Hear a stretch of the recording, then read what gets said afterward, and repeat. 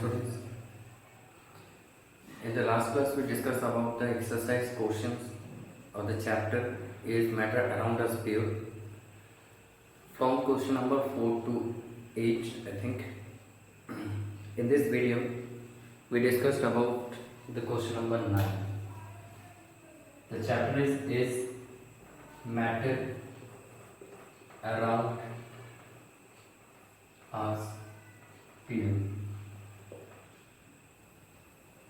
So today we will discuss about the exercise questions from question number 9.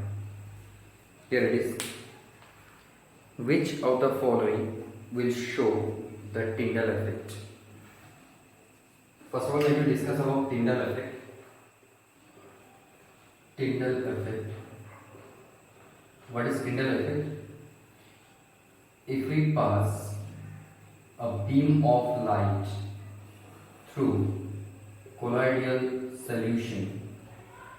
Suppose we are passing a beam of light through colloidal solution. What will happen? We will observe that the particles which are present in colloidal solution, they will scatter the light. They will scatter the light. If we pass a beam of light, when a beam of light is passed through colloidal solution, what will observe? We will observe scattering of light. Scattering of light. This takes place, and we also observe that path of the light, the path of the light becomes visible. So I repeat this. If we pass a beam of light through the colloidal solution, then we will observe that the scattering of light takes place and the path of the light becomes visible. This phenomenon is called Tyndall effect. If the question is like that, what do you mean by Tyndall effect? Then you can write answer like this. When a beam of light is passed through colloidal solution, scattering of light takes place and the path of the light becomes visible. This phenomenon is called Tyndall effect. Very important question. You may face this question also. That is, what is Tyndall effect? Remember, Tyndall effect is the scattering of light by smaller particles. You can easily observe Tyndall effect when light enters through a hole of window. Through a small hole of window, we can observe some dust particle. They are floating, they are moving in the light. Their movement can be observed. This one is the Tyndall effect, right? So a beam of light is passed through the colloidal solution, then the scattering of light takes place. Remember, to scatter the light of beam of light, the particles should be in a greater size. The size of the particles should be quite greater. If it is very small, then these particles will not be able to scatter the light. That means, if we are taking the salt solution, water and salt, okay, this solution, the salt particles will be fully dissolved and the particles will not be observed by using naked eyes or by using microscope. So you can say that the salt particles will not scatter the light, okay. But when we are taking a colloidal solution, as the particles of colloidal solution is quite larger in size, quite greater in size, that's why you can say that when the beam of light is passed through the colloidal solution, the scattering of light can be observed. So this phenomenon is called Tyndall effect. So to show the Tyndall effect, we have to take the colloidal solution, not by pure solution. So Tyndall effect is very important to identify whether a given solution is colloidal solution or a pure solution. Suppose I am giving you two different beakers and two of these beakers contain, both of the beakers contain some solution. One of them is colloidal solution, another is pure solution. Okay, suppose one is milk and another is salt butter. So okay, so by using Tyndall effect we can easily identify that which one is colloidal solution and which one is salt water or pure solution, you can say. So that means if we pass a beam of light, what we have to do? We have to pass a beam of light. If the path of the light becomes visible, the diagram is given in your book. It is quite beautiful. That is quite easy to understand from that diagram also. We'll observe that the light is passing through the solution. Okay, the path of the light within the solution can be observed. But if it is a pure solution, then we cannot observe the path of the light is passing through it. Means the light is passing through the solution. So this phenomenon is called the Tyndall effect, and Tyndall effect can be used to identify whether the given solution is pure solution or colloidal solution. So remember, colloidal solution can show the Tyndall effect, and not only colloidal solution, the freshly prepared suspension can also show the Tyndall effect. But if we keep the suspension for a longer time, suppose mud, water, then what will happen? The mud particles or the particles of suspension will be settled down, and after that they will not be able to scatter the light. Means to scatter the light, the particles should be present at the bulk and they should be in greater size. The size of the suspension particles is quite greater, but the problem is that they will not remain in the bulk for a longer time. They are unstable, they will be settled down by the gravitational force. As a result, only freshly prepared suspension can show the Tyndall effect. So that's it. Let us discuss. So first we have to identify whether the solution is pure solution or suspension. If it is or colloidal solution. If it is pure solution, then it will not show the Tyndall effect. So here the question is, which of the following will show the Tyndall effect? Number one, there is salt solution. We know salt solution is a pure solution, it cannot show. Milk is a colloidal solution, so milk can show the Tyndall effect. Milk, it can show the Tyndall effect. The second one is copper sulfur solution. It dissolved in water, water soluble, so it will not show the Tyndall effect. Starch solution, it also not. It cannot show the Tyndall effect. Okay, so only the milk can show the Tyndall effect. Okay. Let me proceed for the next question. That is question number 10. We have to classify the given substances as element, compound, and mixture. Let me write like this: elements, compound, and mixture. Let me identify the elements first. Okay, here the elements are sodium. Elements means which are made up of same kinds of particles. Next element, silver. Next element, tin. Okay. Next element, silicon. I am writing the symbol. Sodium, symbol Na. Silver, symbol Ag. Tin, Sn. Silicon, Si. These are the symbols. For your knowledge, you can note down that. That are symbols. Next, here the compounds are calcium carbonate. Calcium carbonate. The formula of calcium carbonate is CaCO3. In the next chapter, we will discuss about the writing chemical formula. You already learned in class 7, but here we will discuss about something in a different process. Okay. Next one. Next is carbon dioxide. Carbon dioxide. The formula is CO2. Next one, methane. The formula of methane is CH4. Okay. Next, let it write the okay. Here is the mixture: soil, sugar solution, soil, sugar solution. Coal is the mixture. Coal, air is the mixture here. Air, blood, mixture, soap, mixture. That's the answer. So these are the compounds, these are the elements, these are the compounds, and these are the mixture.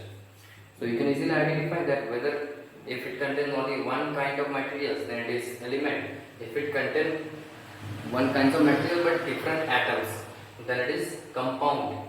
And if it is a combination of different pure substances, then we can say these are mixture. So by this process you can identify whether it is mixture or element or compound. Let me proceed for the next one.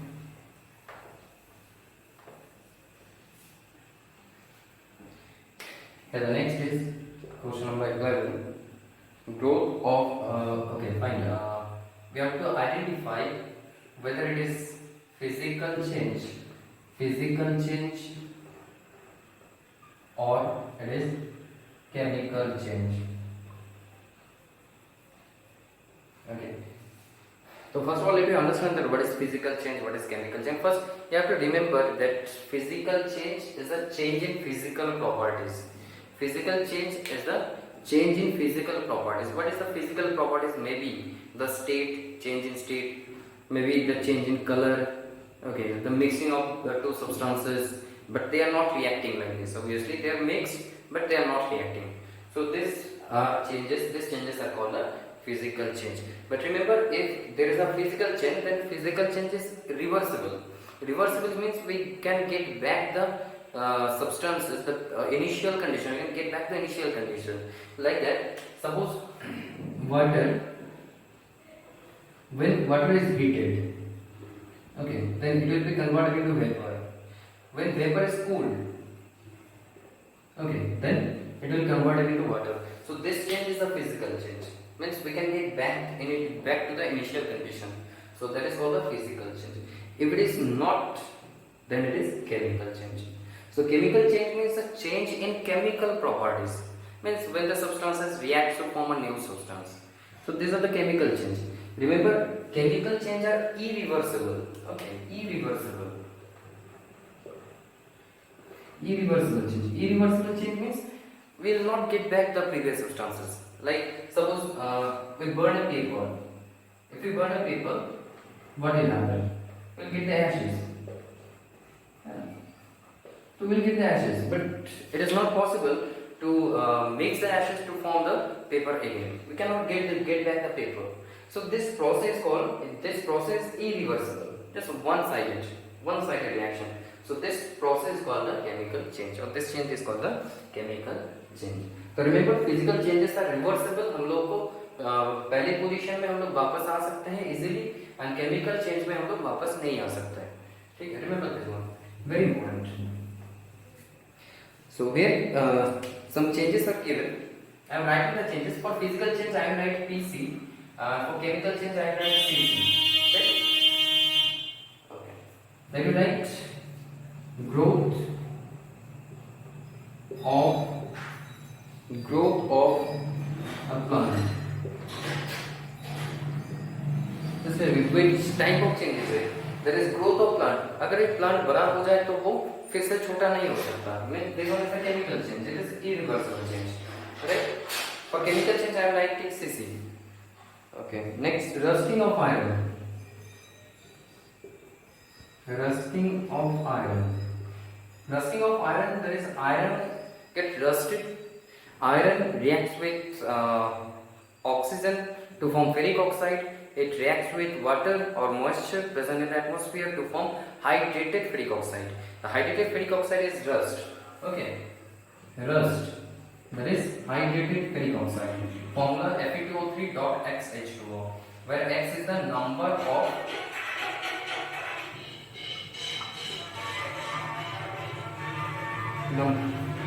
just a minute. So X is the number of water molecules. Okay, fine. The rusting of iron, it is chemical change. Okay, rusting of iron is chemical change. Next, mixing of iron filings.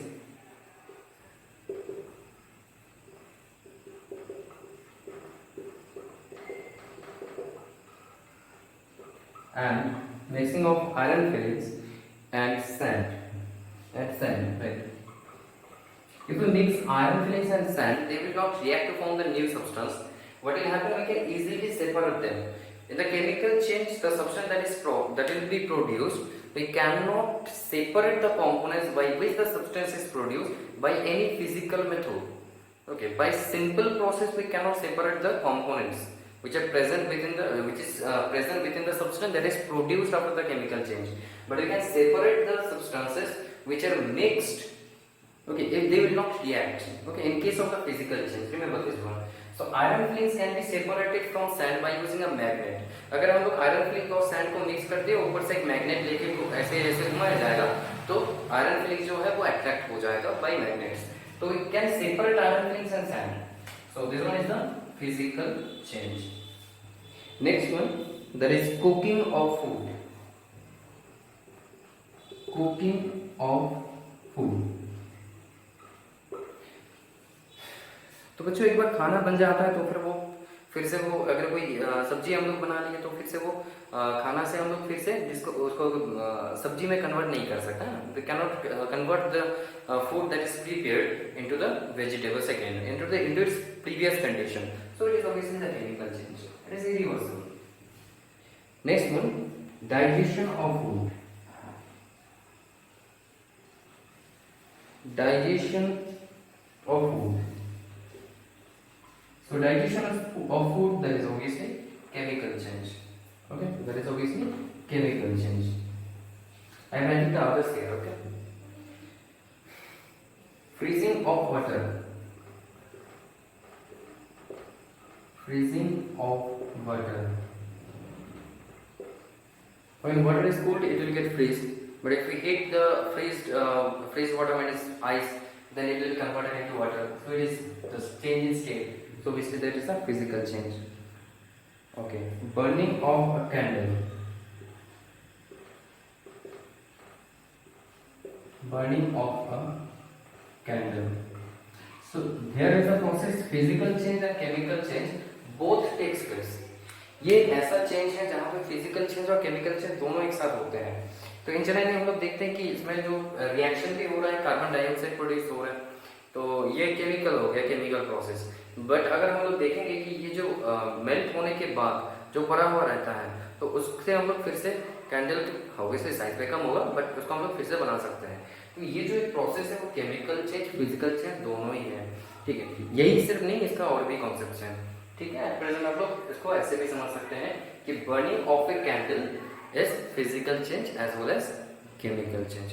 तो इतना तक learn करें and in the next class, from the next class we will start the revision of the chapter 2.